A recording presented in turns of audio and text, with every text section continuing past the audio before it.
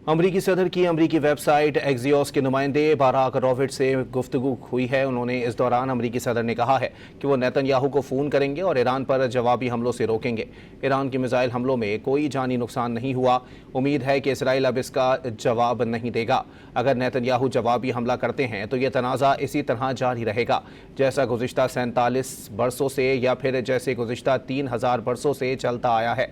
सदर ट्रंप ने नुमाइंदा एक्सियोस बाराक रॉबिट से गुफ्तगू में ये भी कहा है कि ईरान के साथ एक हतमी मुआहदे के बहुत करीब हैं। ये एक अच्छा मुआहदा होगा। नहीं चाहता कि मौजूदा सूरत हाल की वजह से ये सब कुछ नाकाम हो जाए।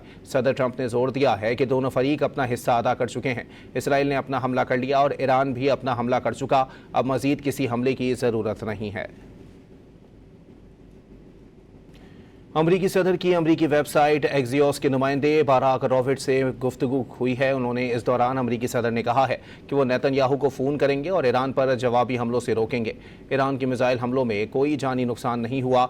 उम्मीद है कि इसराइल अब इसका जवाब नहीं देगा।